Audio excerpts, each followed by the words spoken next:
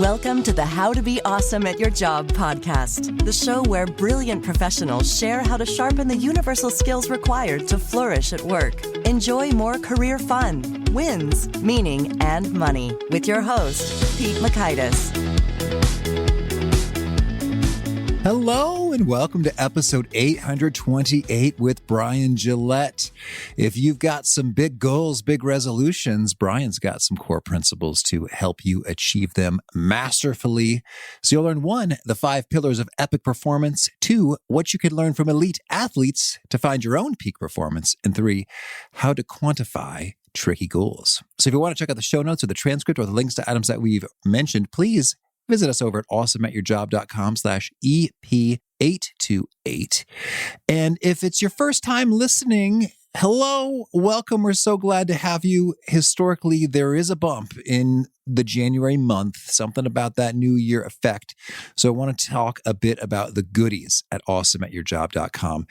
And if you've heard this hundreds of times, feel free to skip ahead 1, 2, 3 minutes, everybody. Here's the scoop. At awesomeatyourjob.com, we got a lot of stuff that complements, augments, enriches the audio alone that you're hearing here. So we've got the transcript. So that's pretty cool. If you want to read, what did he say?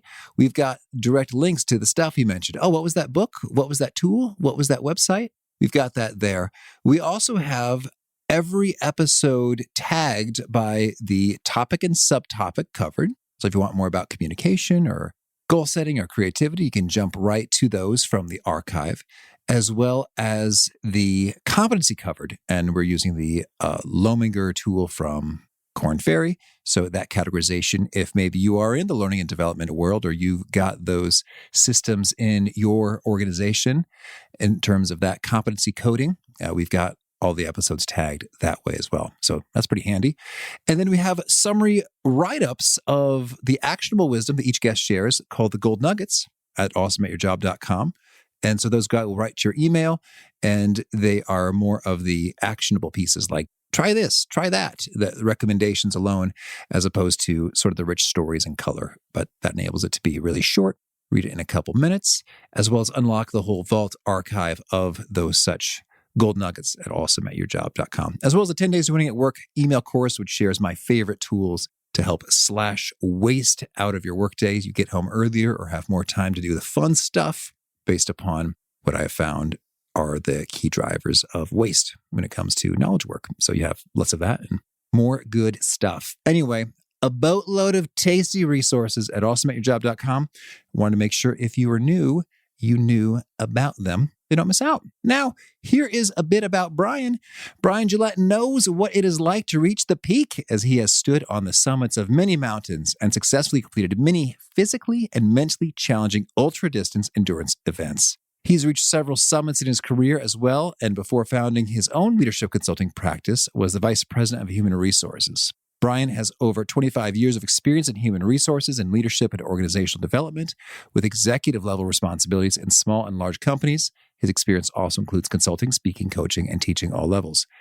Bryan is a super dedicated endurance athlete. He has cycled across the whole United States, run 8 marathons back to back, and ridden his bicycle 300 miles in one day.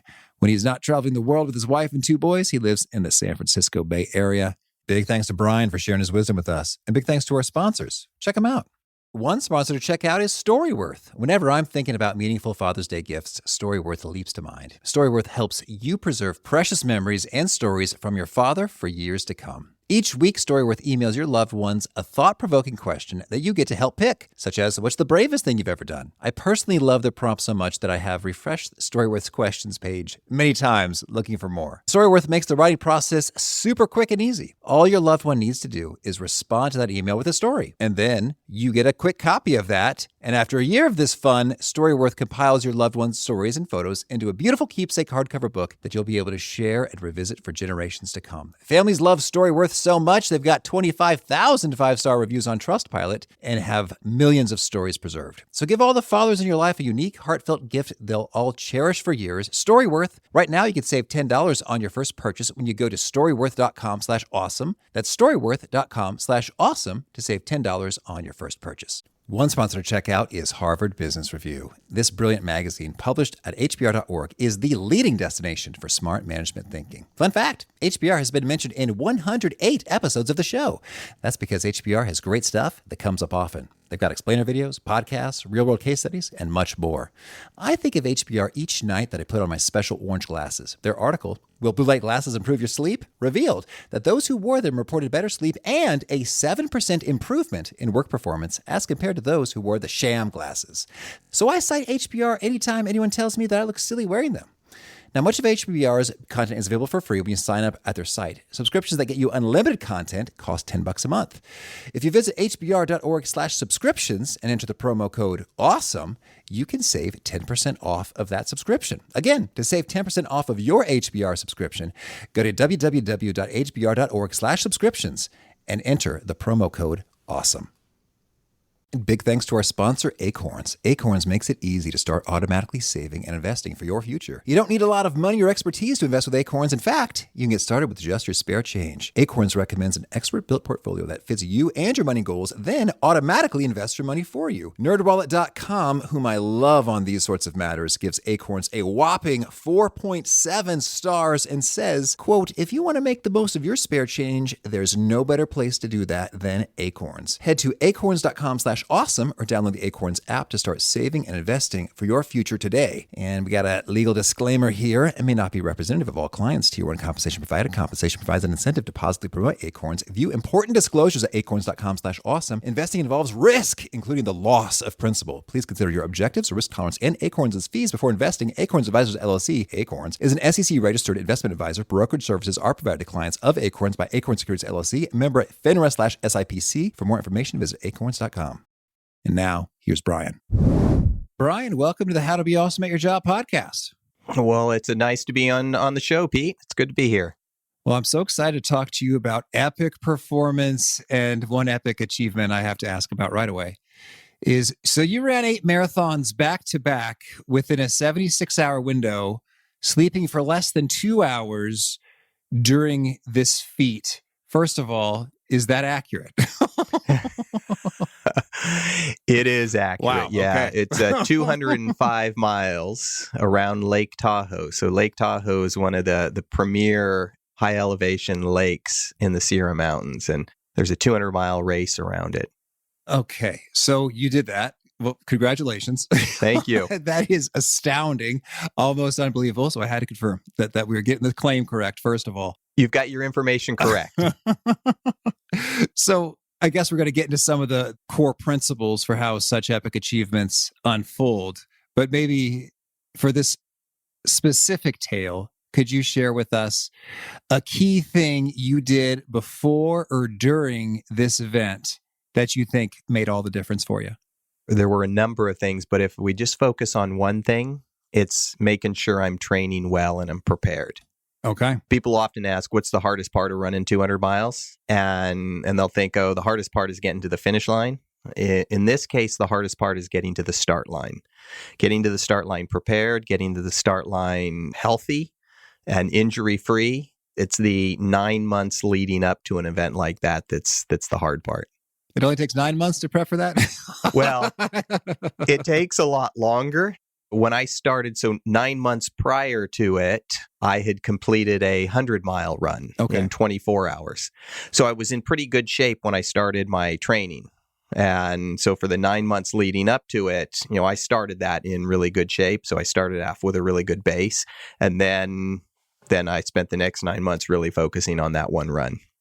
Okay. Well, this is not a running or fitness podcast, but I just got to ask, how does one remain injury-free? Because it seems like I've always got something that acts up. Even when I start cranking about 5 miles every other day for a few months, something happens. Oh, my IT band is doing whatever. And it's like, wah, wah. And then I'll just disappear for weeks or months. So how is that even done? I wish I had the magic answer to that one and could clearly say, this is how you stay injury free. I can tell you what I have done for all of my events and mainly all of my running events, because I'm also a cyclist as well, is if all I did was run in order to prepare for the 200-mile run, I would not have been able to stay injury-free. So I ran, I bicycled, so I would mix it up a little bit. And when I would notice something was starting to hurt, I would kind of assess what's going on. Do I need a new pair of shoes? Because you're going through shoes quite quickly in something like that. And really understanding your body well. And I think it applies to everything, is do you understand what's working, what's not working? How do you tweak things? And if you've got an injury, how do you stop and try to do something different so you don't over-injure it even more? Mm-hmm. Okay. Well, thank you. Well, now let's get into some broader lessons. All right. Your book, Epic Performance, Lessons from 100 Executives and Endurance Athletes on Reaching Your Peak. Ooh, that's exactly the sort of thing we love to hear. There's a lot of lessons, but could you kick us off with a particularly shocking, surprising, fascinating, counterintuitive, dopamine-releasing discovery that you unearthed when you dug into this research quest? Yeah, so I spoke to 100 people, and most of them were C-level folks. And, about 75% were C-level folks, and then about 25% were ultra-distance endurance athletes. So somebody that has done an Ironman or equivalent. But people, in many cases, the ultra-distance athletes were C-level folks. Mm-hmm. And you don't mean C's in academic performance. No. You mean as Chief Information Officer, Chief Operating Officer, Chief Executive Officer. Is that okay? Yes. Thank you for clarifying that, Pete. Yeah. These were CIOs, CHROs, CEOs. All right. All that C-level work. And what surprised me the most was how humble they were. And I mean, these were some very accomplished people, but I thought at some point when I identified that I wanted to talk to 100 people, I thought, how many people am I going to have to ask in order to get 100 interviews? And what surprised me is I only had to ask 102 people. Only 2 people said no. Okay. And everybody else they were so willing to do it, spend the time. I spent a minimum of an hour with everybody. And it was something like, yeah, I'll do it. And when I would ask them, I'd start the interview, they would often start off and it's like, why are you interviewing me, Bryan? And it was that humbleness that really surprised me the most. But then the other thing along those lines was that all but 2 people said yes. And so that I was just, if you don't ask somebody, if you want something and you don't ask, the answer is going to be no. Yeah. But if at least you go out and ask, and that reinforced that concept even more in my head. If you at least ask, there's a greater possibility of you getting a yes than if you don't ask. Well, now there's maybe a whole other podcast episode here about cold outreach, because I'm imagining you probably got a number of ghost replies, as in no reply whatsoever, as opposed to a clear no or a clear yes. And surprisingly, so when I went out to people, there were a bunch of the people I knew personally. Okay. And so I could call them up, I could send them an email, and they all responded. And then at the end of any interview, I would ask one question. It's like, is there anybody else who you think I should talk to? Okay. They would say, oh yeah, you got to talk to Marilyn. I said, can you make a connection with me? And here's some information you can send to her and make that connection. And so I didn't get those ghosts. So I literally sent out 102 requests or called 102 people. And only the 2 people, either of the 2, one of them said, there's a lot of family issues I'm going through. Now is not the best time. It's like, okay, I get it. And then the other person I actually never heard from. Okay.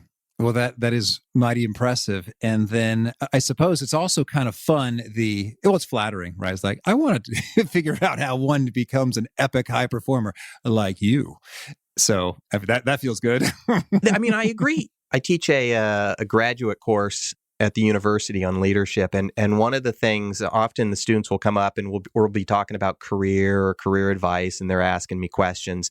And what I'll often tell them is do some informational interviews. Mm-hmm. If you're interested you want to work in nonprofit, go out and do some informational interviews. And most people, when you say, hey, Pete, can I interview you on what it means to be a podcast host? Chances are you're going to say yes, because it is very flattering to the person. So ask people. It's flattering to be asked. And chances are you're going to get a yes. Okay, cool. All right, well, now on to epic performance. Let's hear the scoop. What is kind of the core thesis, message, big idea we should take away from this? Yeah, so epic performance, there's 5 behaviors of epic performance, and epic stands for E is what are the big things in life you envision? How do you envision those things that you want to accomplish? Not just 1 or 2 years out, but 3, 4, or 30, 40 years out. That's E is envision. P is how do you put a plan in place in order to accomplish those big ideas. I is how do you iterate to that plan? So you don't start off running 200 miles. You don't start off running a marathon. You start off running 2 miles or 4 miles. You don't start off at the CEO of a company. You start off a much lower level. So that's iterate. How do you work your way up? The C is how do you collaborate with somebody who's done this before? So if I wanted to start my own podcast, I'd call you up and say, Pete, what's it take to start a podcast? And then the last one is how do you go out and perform it? That's epic performance. So the performance is how do you deal with the hard times? How do you get from the start line to the finish line? How do you deal with those challenges? And then once you've reached kind of that peak, how do you think about what's next? Okay. Well, could you share with us a story of someone who did just that in terms of pushing beyond their limits, achieving something epic, and ideally in the professional or work context? Walk us through their steps and the result they saw. Yeah, so I have an assessment where people can assess how well are they at the 5 different areas. And generally what I found is somebody is probably really good at 2 of the 5 areas. And they know how to compensate for the other ones. So, for example, there's a gentleman I work with. He's one of my clients, and he is also the CEO of this fairly decent-sized economic development arm here in California. And he is phenomenal at envisioning things. And he can see stuff, and he works really hard to go and kind of get it accomplished. He's not necessarily the best person to put the plan together. And he's not necessarily the best person to iterate, but he can collaborate well and he can perform well. And so part of it is understanding where are you good at it. And so as I was talking about the envision part and trying to understand, part of envision is understanding your why, understanding your purpose and how you can see that future.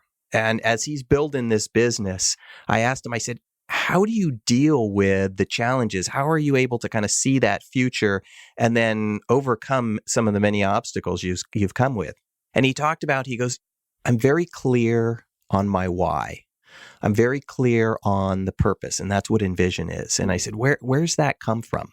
He goes, part of what I want to do with this organization is I want to be able to build up the economic arm of these 15 to 20 cities that make up this region. And the reason I want to do that is because when I was a kid, I saw my dad lose his job because the economy wasn't doing well. And the city that we were in, it was depressed. I saw him lose his job and I saw him lose that luster for life. And I never want that to happen to me or to other kids. And so that's why I know that why really well. And so that's what that envision is, knowing that why, knowing your purpose, and being able to kind of stay focused. So when it really does get hard, you can go back to those types of situations. So that's one example of when somebody really understand kind of that vision and their purpose. Okay. Well, then let's walk through the whole picture then. So envision, plan, iterate, collaborate, performance. Can we hear a little bit about the definition and some best practices within them? Yeah. So envision, it's being able to think out, most of the time. And when I work with companies, it's thinking about 1, 2, 3 years out. And so what I want people to do and kind of help people get to is how are you thinking 10, 20, 30 years out, a little bit further.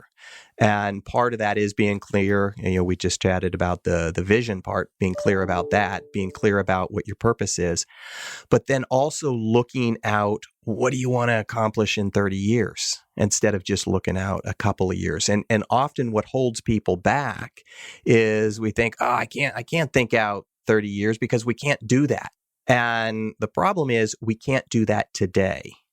So the iterate part is, what do you have to do in order to get to that point where you can drive to the that bigger goal? So, for example, if you just go back to our marathon example, you don't start off running a marathon. And so a lot of people, if you asked them, hey, could you run a marathon? They would say, no, I can't do it. It's like, okay, so what is it you could do today to move you closer to being able to run that marathon next year or the following year? Well, today you can run 2 miles or 3 miles. And then next week, maybe you can run 4 miles. So that's what the iterate is. The plan is, once you know what that long-term goal is, if it is to run the marathon, what are the steps you need to put in place in order to get there? And then the collaborate is, who are the different people? Who could you learn from? Now, you think about, a lot of times people will say, oh, what I'm doing, somebody's never done before. And I talk to a lot of CEOs who started up their own company.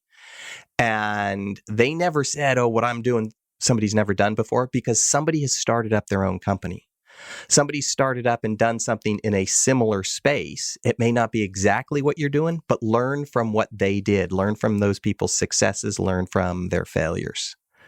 And then lastly is to perform. How do you go out and you do it? And that's all about, how do you persevere through the difficult times? How do you stay focused on your goal is what you're trying to do.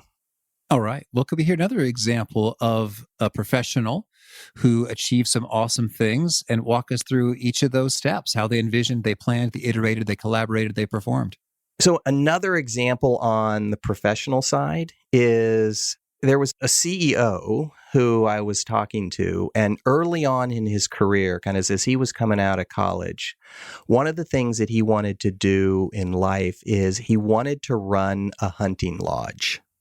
All right. And so that was what he wanted his career to do. And so he started, and this is kind of that iterate side, he started to go out and work for hunting lodges. And as he was working for one, so it was hunting and fishing are kind of where his passions were. Okay. And so he went and he was working for one company, and he knew that in order to do this, I've got to get better at finance. And the CEO of the company brought him in, got him involved in some of the financial aspects of the business. So he started to learn finance. And then he started to learn kind of that customer, that front of the house type of management. How do you manage the customers? So he was building up those skills that were all going to be important when he ran his own hunting and fishing lodge. Mm-hmm. Now, what happened is he started to get into that, started to learn about finance, started to learn about marketing, started to learn about kind of the customers and what their needs were. And he realized, I didn't really like managing the hunting or fishing lodges. All right. And so he had to pivot a little bit. But he's still hunting and fishing, really fishing is at his core. So he figured out, okay, what do I have to do differently? Then he went to work for a large fishing manufacturer, large outdoor kind of company that focused on fishing equipment and fishing gear. And he worked his way up in different areas, in marketing and sales. And eventually he became the CEO of several well-known outdoor apparel companies. Okay. So it starts off where you start off, it's like, here's, my goal is I want to do something around kind of in my career around fishing, because that's what was his passion in. And he got into it and realized, I don't like some of these aspects, but I still want to stay in the industry.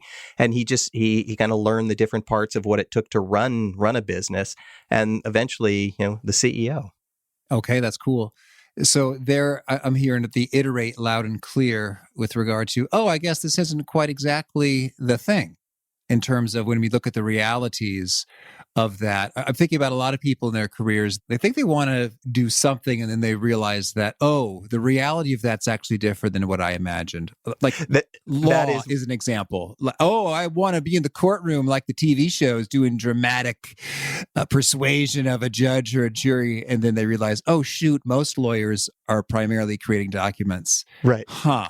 Right. Well, it's the iterate part of that, Pete, as well as the collaborate part of that.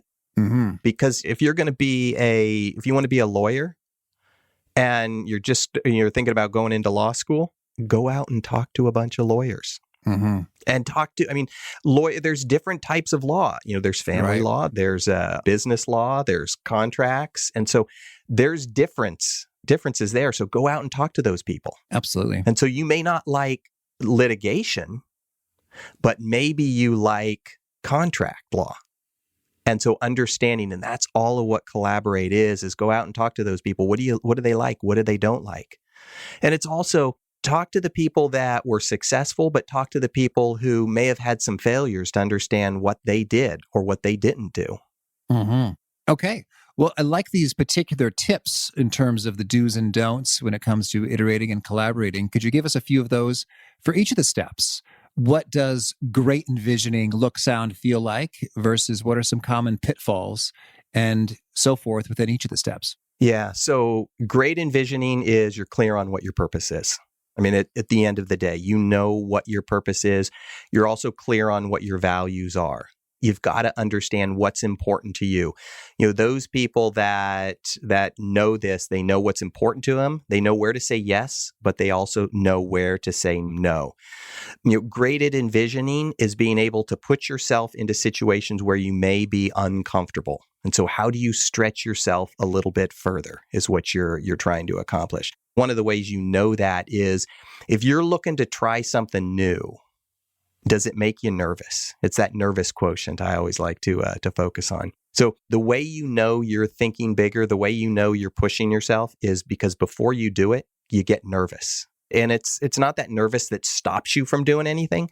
It's that nervous that's like, okay. And you just kind of hold back a little bit. But it's still, nervousness is a good indication that you're stretching yourself. Another key part of envisioning is, do you have some sort of strategy that allows you to write those big ideas down and you come back to that over, every once in a while?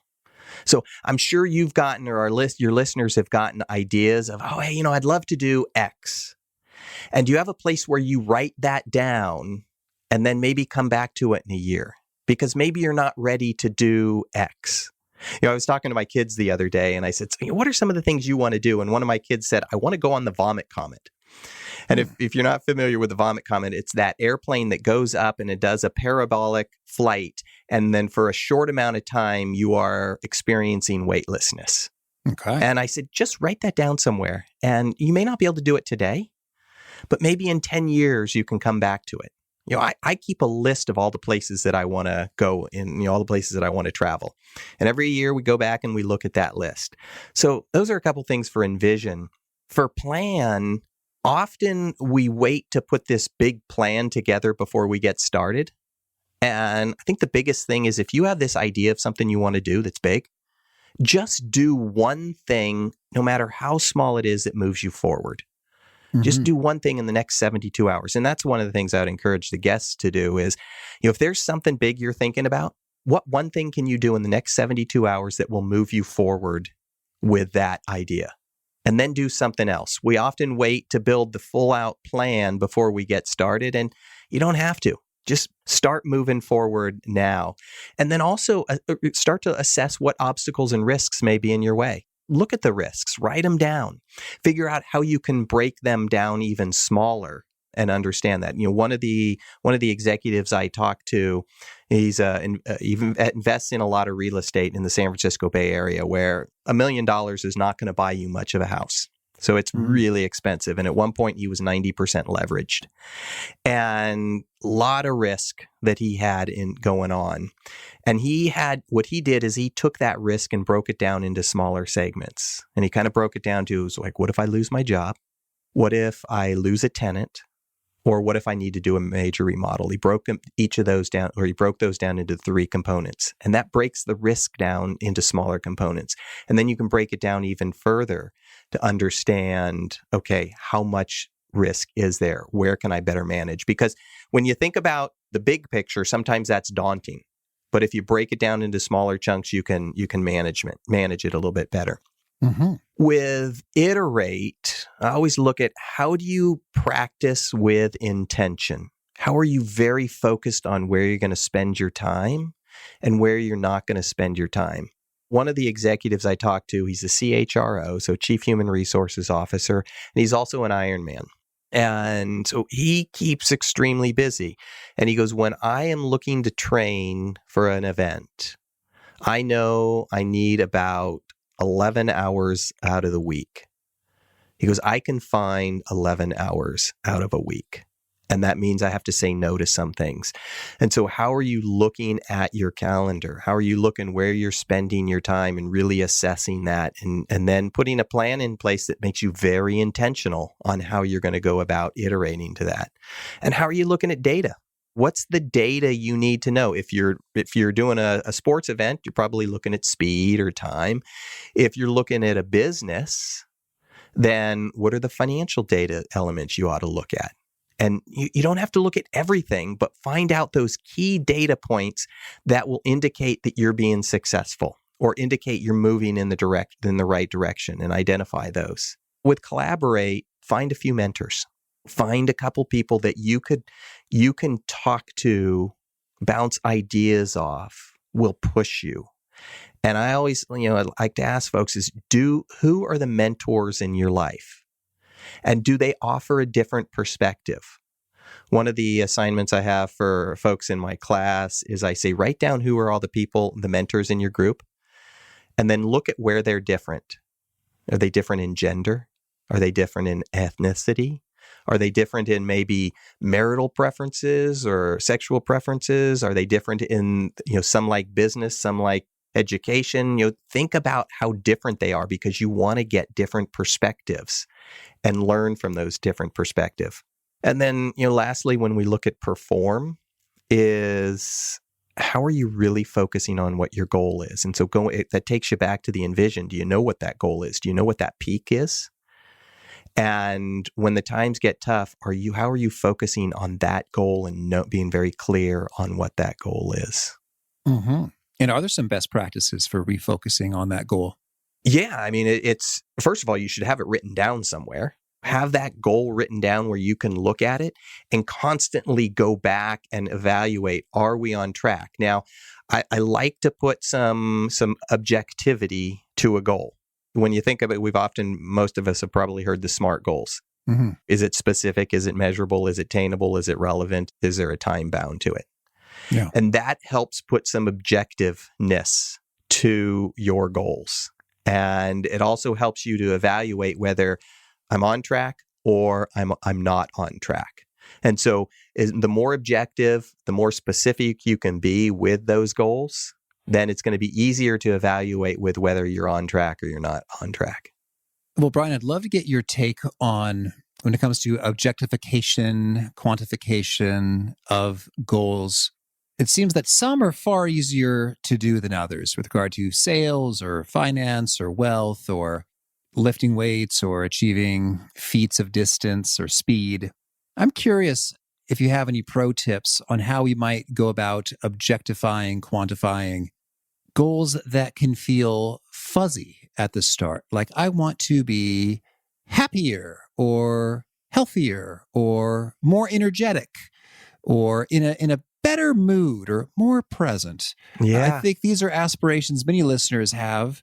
And I'm motivated by quantification and seeing progress for sure. But some goals fall into a tricky zone there. Have you seen some clever approaches to quantifying them? Well, I think you have to continue to ask that question. So if you say, I want to be happier, the question I would pose is, all right, what would happy look like for you? Mm-hmm. Because what happy looks like for you and what happy looks like for me are different. So what would happy look like for you? And continuing to ask a question until you get to something that's a quantifiable. I was talking to a client yesterday, and they want me to facilitate one of their executive retreats. And one of the questions I often ask is, what would success look like? So if we were highly successful in this retreat, what would it look like? And so often they'll say something that's a little bit fuzzy. And then I'll kind of ask, okay, what would that look like? So take your example is what does happiness look like? And it may be, I come back from my job and, 4 days out of the week, I just feel jazzed.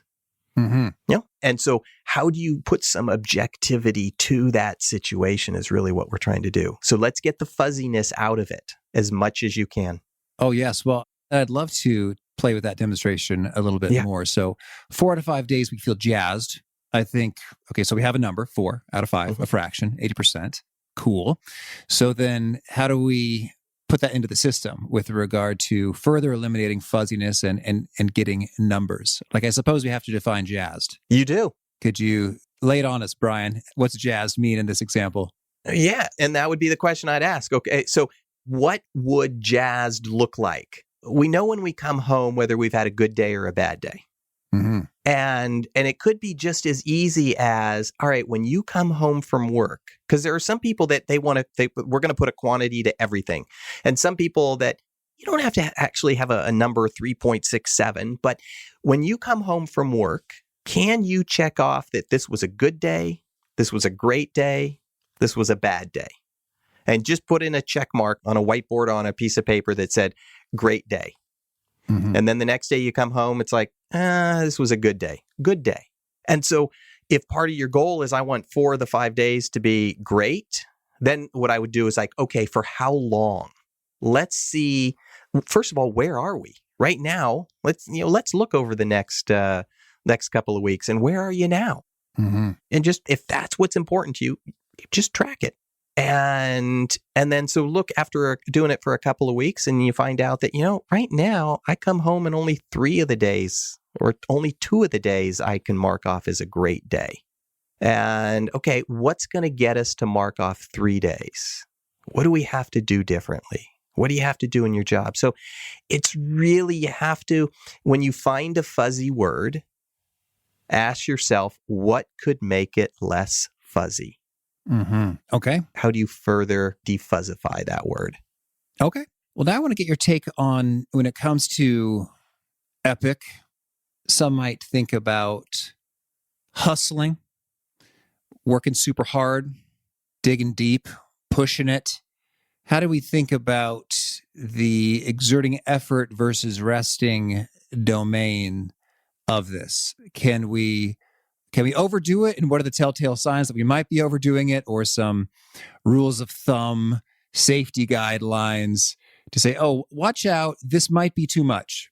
Can we overdo it? Yeah, we can overdo it. All right.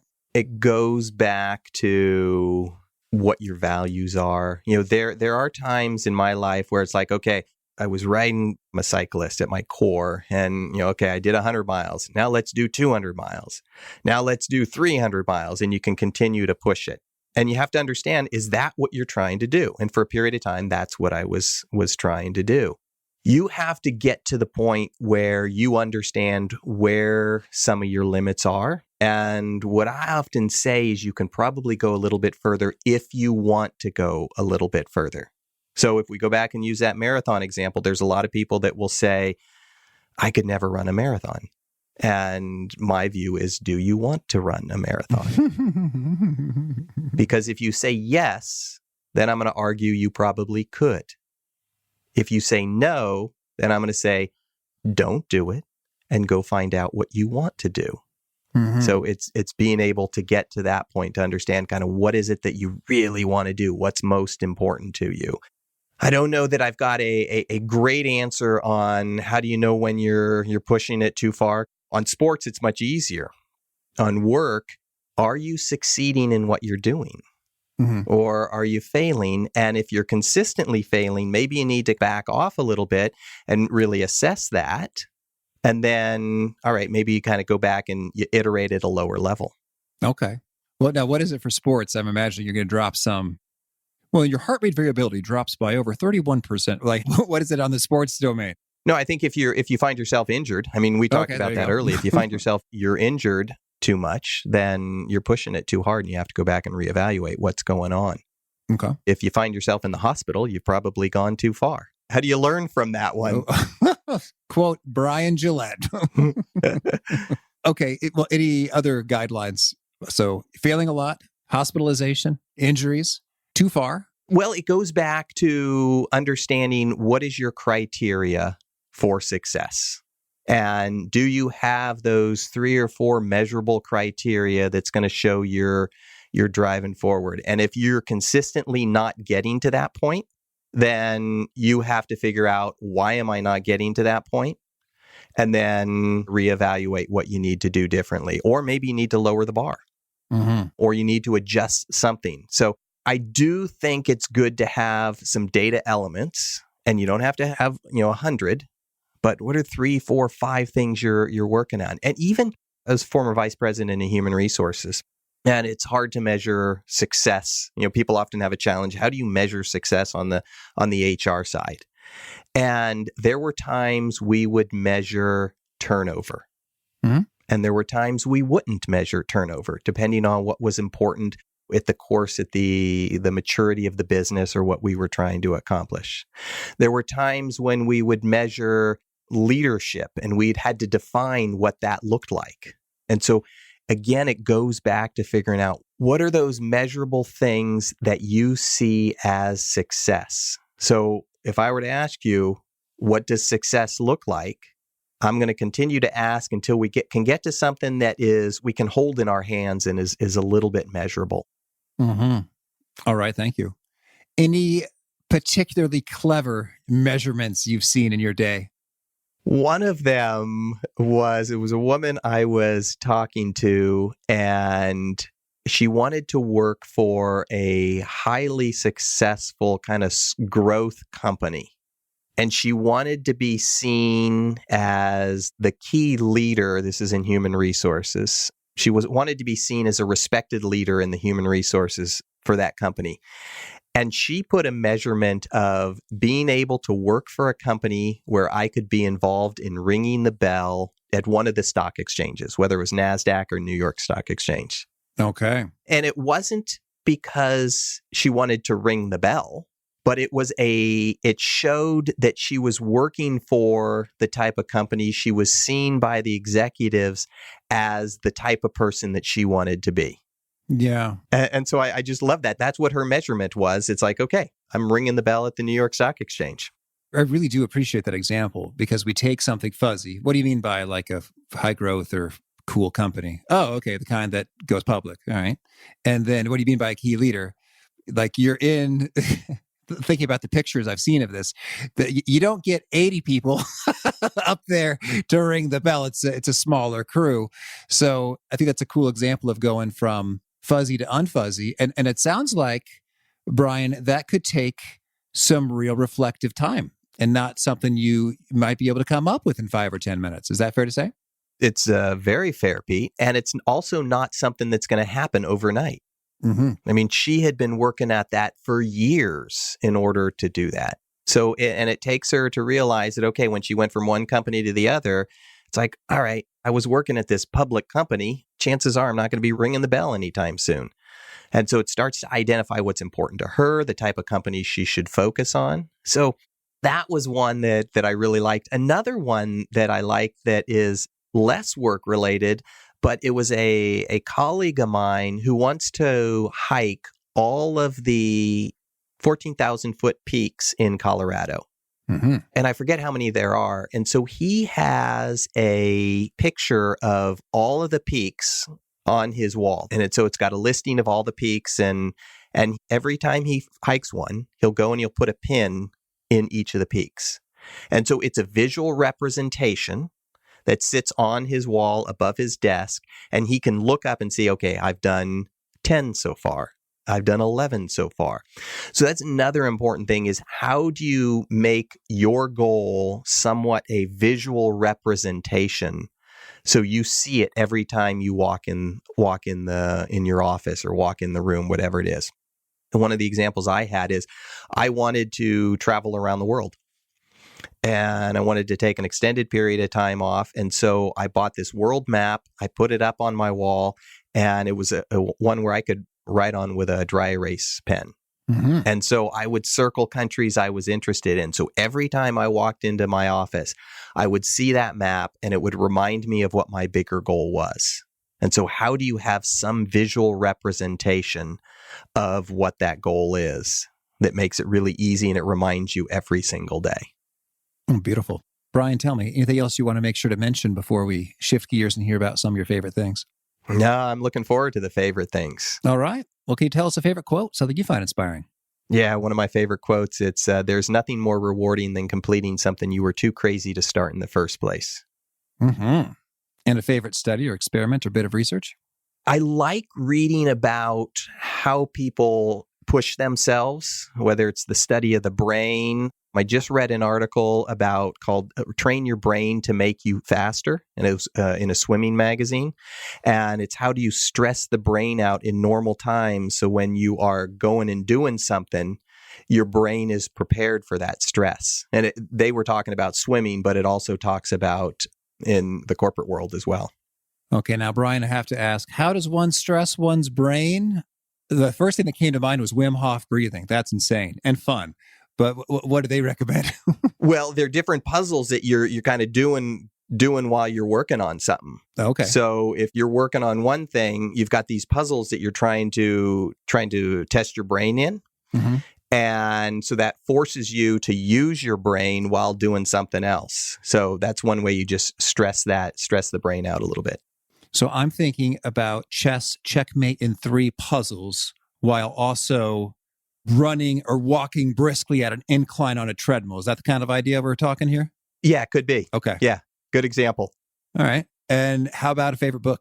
I love autobiographies or biographies. And so I think 3 books that came to mind. I know you asked for a favorite book, but I love Endurance, which is the Shackleton story. Mm-hmm. Ernest Shackleton went down to Antarctica. Unbroken, which is about Louis Zamperini's story. Laura Hildebrand is the author. He was a World War II veteran. And then most recently, Liftoff, which is about Elon Musk. There's a lot of people that can complain about him, but he's wicked smart. And so it's how he was able to build up SpaceX. Okay. And could you share a favorite tool, something you use to be awesome at your job? A favorite tool? I was thinking more of a habit. I think one of the tools that I use OneNote all the time. Mm-hmm. Microsoft OneNote, just to track ideas, keep track of conversations I've had. And realistically, I have a bucket list that I keep on OneNote, and I go back and use it all the time. Okay. And a favorite habit? A favorite habit? So this is not work related, but every time my wife and I go somewhere where if she's going off to the store and I'm staying home or we split apart, we always kiss each other. All right. It just keeps us together. Okay. And is there a key nugget you share that really seems to connect and resonate with folks? They quote it back often to you? Yeah. One of the things I often hear is we don't all deserve a trophy. And there's this view that everybody deserves a trophy. And I'm not of the view that we all deserve a trophy in everything. But find those things that you're good enough to deserve a trophy. All right. And if folks want to learn more or get in touch, where would you point them? So they can go to my website. They can go to epicperformances.com. So that's EPIC performances with an S.com. They can go on LinkedIn and connect up with me. But epicperformances.com is probably the best way. Okay. And you have a final challenge or call to action for folks looking to be awesome at their jobs? Yeah. So I do have the Epic Performance Assessment, where if you go to epicperformances.com, there is an assessment and you can evaluate how well you do each of the 5 different behaviors: envision, plan, iterate, collaborate, and perform. And if they type in, so they go to the assessment, and you can do it for free. It's going to ask you for a company code. Just type in awesome. Oh, thank you. And that will be the company code that allow you. It'll generate some results, send it to me, and I will send you back your report. Oh, cool. Thank you. All right. Well, Bryan, this has been a treat. I wish you lots of fun and epic performances.